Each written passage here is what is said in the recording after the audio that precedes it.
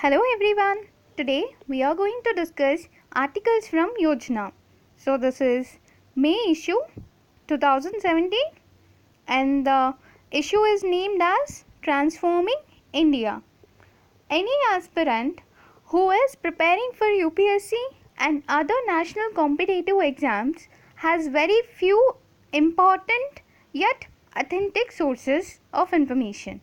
So we all know that Yojana is one among them, and here today we would deal two crucial articles, and the first one is the story of New India, that is authored by Venkaiah Naidu. Venkaiah Naidu, who was then Minister for Urban Development, Housing and Urban Poverty Alleviation, and also Information and Broadcasting.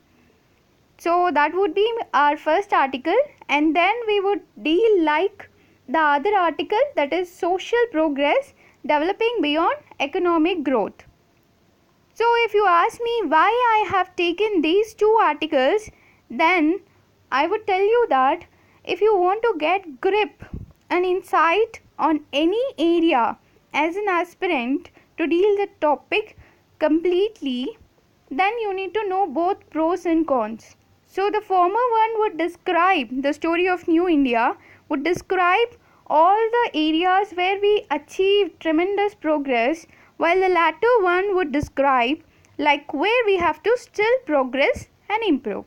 So we would start with the first article, that is the story of New India. So New India. Why New India? In what sense? So new in the sense where we imparted the changes in governance. So governance and demolishing all the old colored images which we had.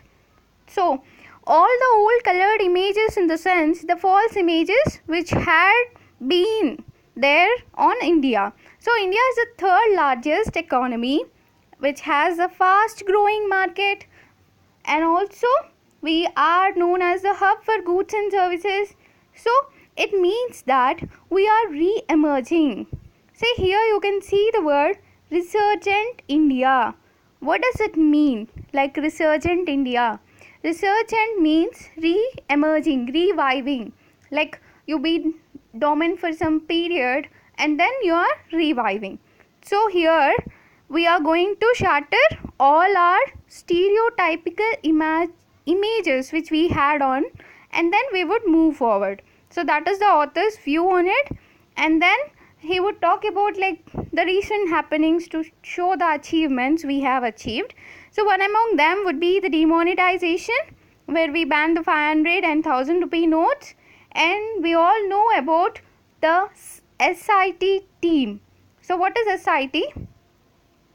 So SIT is Special Investigating Team, and which is not only for the tax evasion and income declaration, it was also attached for participatory notes.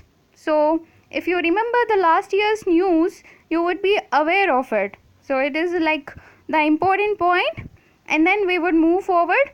So here the different areas when we are dealing. So here comes the digital India. So after we have demonetized in less than 2 months of time, so the Beam app was adopted by more than 1.5 crore people. So it's a huge, and like it is a progress. So we also see about the RuPay debit cards, and after that he is dealing about the digital revolution to deal a mortal blow to corruption and black money. So if you are writing any mains answer, then you need to add these kind of points. So after that we would see the next important thing he is discussing, the PAHAL. So LPG subsidy it is. So here in PAHAL, first what is PAHAL? PAHAL is Pratyaksh Hastantrit Labh. So direct transferred benefit. So if you translate it, it means direct transferred benefit. So it initially started in 2014 and then later 2015 it was fully implemented, and now it is running successfully. So what is the scheme about actually? You link the Aadhaar card with the bank account, and the subsidy which you are to get for the LPG, you would directly get to the bank account. So that is what Pahal scheme is about. And the other area of Pahal scheme was, it is the voluntary thing. Like anyone who is having more than 10 lakh per annum income, they would give it up, whatever the subsidy which was to be availed. So this is the one more feature of it. And if we are going to see like how many people gave it, then the 1 crore users voluntarily gave it. So that is like a huge thing. Another point, we bought financial inclusion. So financial inclusion is a very organized and important step where the financial untouchability was removed now. So the scheme managed to open more bank accounts in last 2 years than in all the years since the India's independence. Like, it is a very major step. So you can write this point in the inclusive India area. So we have already dealt with the Pahal scheme, and now we would see the investor friendly India. So the foreign investment has increased by 46%. So with the launch of Make in India program. And the other area is, we have bought a huge change, that is introducing the GST. So the single tax for the single nation. So this is a very major step, and this is also one among the progress which we have made in the recent days. So you can call it as a transformational India. And then again, coming to the other important points, so we were talking about the digital India, and in the same area I would like to discuss the Bharat broadband. It is a state owned entity. So when it is a state owned entity, in a very short span of time, they connected the internet connectivity to 2.5 lakh panchayats. So that is a very foundational pillar where it attached various other schemes like Make in India, even any online submission or digital India, everything was related with this Bharat broadband connection. So 2.5 lakh panchayats, the internet was provided. And next we would see the Swachh Bharat Abhiyan. We all know about it, so here we don't discuss like much, but still you need to know that the goal of achieving an open defecation free India by 2019. So this is important. And apart from that, we are going to deal the Make in India. So the Make in India or the skill development, Pradhan Mantri Kaushal Vikas Yojana. So Pradhan Mantri Kaushal Vikas Yojana is about the skill development, and in this the slogan is given as Kaushal Bharat and Kushal Bharat. So what does it mean for the Kaushal? Kaushal means who is clever or skilled. So who can be a clever skilled person, he can be the happiest person because he would be earning for himself. So that is the aim of our Skill India also. And then we would see like what is a transparent India, that is minimum government and maximum governance. So when the government involves too much, that is too much hierarchical, but when the governance, the execution part of it is increased, then that gives more scope for the actual things to happen. So that is because like we have provided the grievance cell and many other time frame work, we can say that now we have progressed in the transparent India area. So like you can see any upgradation or the improvements in the websites provided. So if you have to take care of all the schemes which are involved, then like he gave all the list of the different schemes, but they are like involved with agriculture and urban development, rural development and many other areas, but they all deal with the transformation of India. So again now he went back to the bilateral relations or the international relations which we are involved, if you see that, like, we all remember that our PM was famous for the visiting different countries. So he was famous for the bilateral relations, and he visited more than 50 countries across 6 continents in a time span of a little 2 years. So this is like very crucial point which you have to like make a note of. And here the first ever country which he chose to visit was Bhutan. So this is one more thing. Another thing, if you ask me, the relations which we had with US and like the upgradation of them, and our participation in the BRICS and SAARC and BIMSTEC, all these areas. So you can make a note of them. So they are all like, these are all separate topics. But when we are discussing the important progressed areas so we are making a note of them. So other projects like Tapi and Chabar port, so these were also important for us.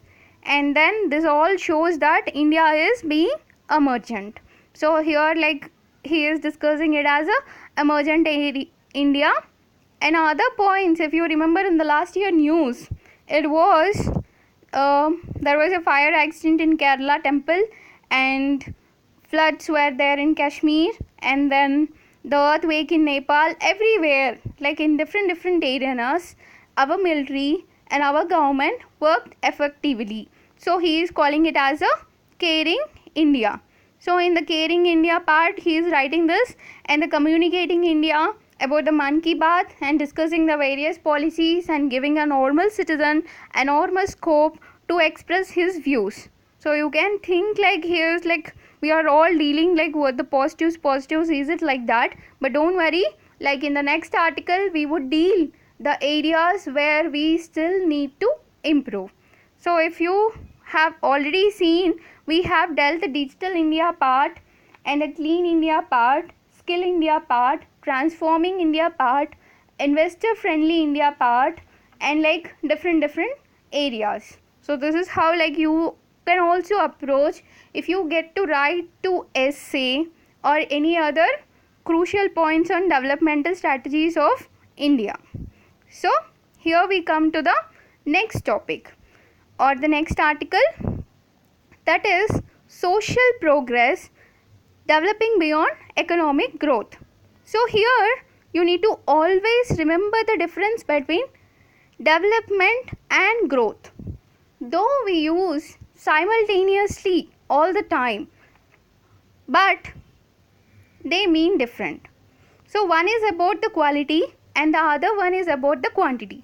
So it's like a very simple way I am making a point here, but if you remember that way, then like we can move forward with the topic easily. So when we are saying that social progress developing beyond economic growth, so we are not just concerned about the economic growth, but we also want to achieve the development.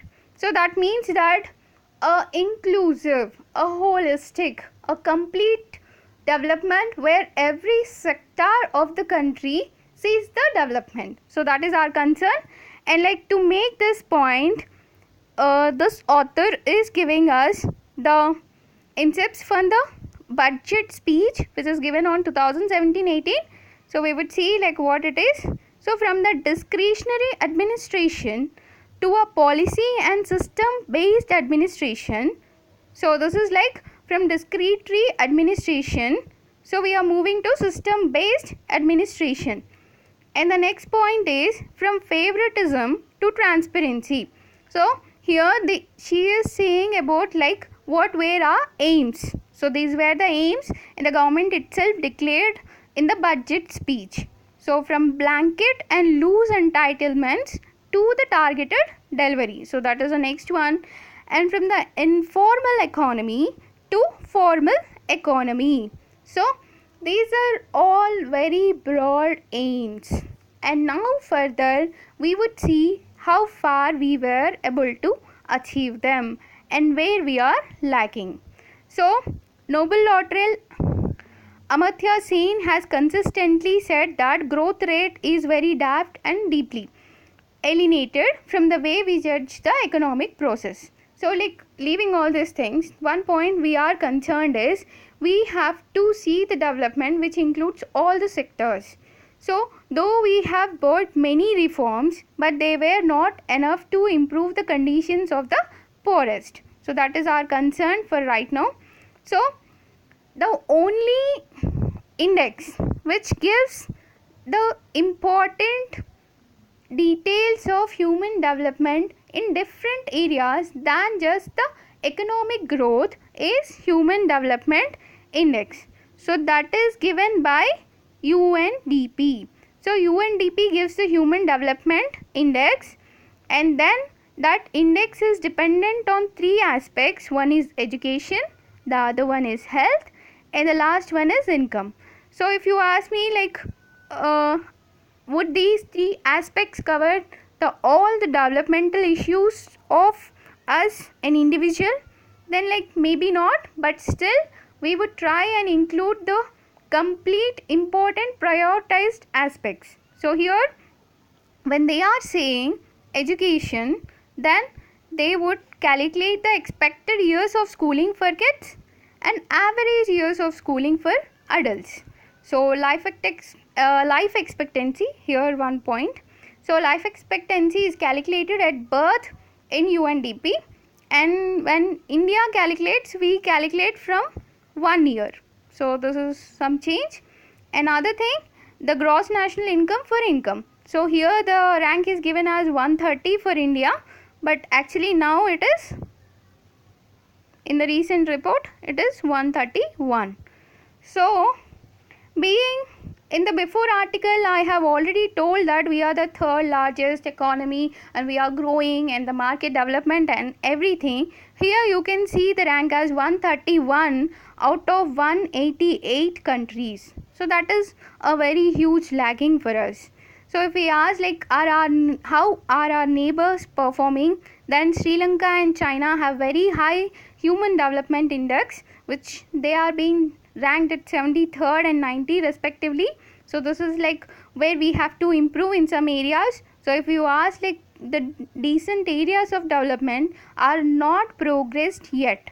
So the richest 1% in the country owns nearly half the country's wealth. So this is our concern, and we would see like where the areas where we have to show the improvement and what are the measures. So education in India, we spend 4% of GDP on education. So that is actually low. And other thing is that though it is spent, the reaching of that 4% is also very low. So the Ministry of HRD regularly conveys meetings of the Central Advisory Board on Education. So why this point is important? It is important for prelims, and which is a composite body, and it is also called as the highest advisory body on education. So this body gives all the details which you need depending on the progress and the stagnation of education sectors. So here the different areas are Sarva Shiksha Abhiyan, right of children to free and compulsory education, and different other programs. So higher education also has different programs, but we would see the main important ones, and that is one among them is Swayam. So Swayam is a recent development but a very important one. Swayam is an indigenous IT platform for hosting massive open online courses. So as the name says also, it is like self-learning, but it is available to any person and indigenous. So here this point is important, and like we are more moving towards the digitalization, so that also makes it a point. So the next one is Global Initiative for Academic Network. So this is like to develop all the institutions and give the international experiences. So foreign academicians come here, and like they give, and like we also exchange the best performing methods and other things. So other thing is National Digital Library, we all know it, and they have like huge amount of books and like which are available online for everyone. So that is a huge step. And the other one is National Institutional Ranking Framework. So once we are done with these things, so we would see like there is no new educational policy until recent days. So we are progressing recent, and like it is yet to be imposed